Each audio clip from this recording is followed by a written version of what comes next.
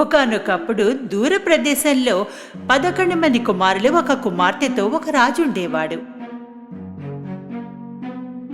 కొంతకాలం తర్వాత మహారాజు భార్య మరణించింది. అప్పుడు రాజు మరో వివాహం చేసుకున్నాడు. కొత్త రాణి నిజానికి దుష్ట మంత్రగత్త అని తెలియదు అతనికి. రాజు మాజీ భార్య పిల్లలు అంటే ఆమెకు ఏమాత్రం ఇష్టం లేదు. ఆమె ఎప్పుడూ వారి గురించి ఫిర్యాదు చేస్తూనే ఉండేది. వారిని కోట నుండి తరిమి వేయడానికి మార్గాలు అన్వేషిస్తూ ఉండేది. పిల్లలు చాలా అల్లరి పిల్లలు.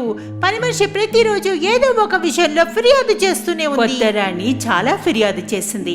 రాజు ఈ పుకార్లను నమ్మడం ప్రారంభించాడు. అన్నిటికంటే ముందుగా మహారాజు తన కుమార్తెను దూరంగా ఉన్న క్షేత్రానికి పంపాడు.